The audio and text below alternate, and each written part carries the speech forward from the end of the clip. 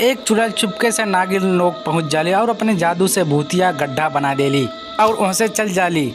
कुछ देर बाद जैसे ही वहाँ से एक नागिन गुजरेली और गड्ढा बड़ा होने के कारण वो गड्ढा में गिर जाली। यही तरह नाग लोग के कौनो भी नागिन वो गड्ढा के पास से गुजरे तो वो गड्ढा अपने आप से बड़ा हो जाता और ओकरे अंदर नागिन लोग गिर जाते रहे। एक दिन नागिन रानी वो गड्ढा के पास से गुजरते टाइम में वो गड्ढा में गिर जाली। गड्ढा के अंदर चुड़ैल बहुत से नागिन के कैद के रख ले रहा और दुई राक्षस के पहरा देवे खातिर खड़ा कैले रहा। तब नागिन रानी अपने रूप में आके ओकरन के ऊपर हमला कर। जैसे ही राक्षस नागिन के ऊपर हमला करे जाने तब उन्हन के जादू नष्ट कर दे। लेकिन फिर से जब दोबारा राक्षस नागिन के ऊपर हमला करे जाने तो नागिन अपने फुफकार से दोनों के बहुत दूर फेंक देली। लेकिन तब वे वहीं पे चुड़ैल आ जाली और देखली कि नागिन पिंजरा में से खुल गई है। तब चुड़ैल अपने जादू से नागिन के ऊपर वार करेली जेकरे कारण वो एक पिंजरा में बंद हो जाली। हर नागिन के बिटिया अपने माई के खोजत खोजत वो गड्ढा में गिरे वाले रहे तभी नागराज ओके बताए। पार्ट 2 खरीदने कमेंट करा, चैनल सब्सक्राइब।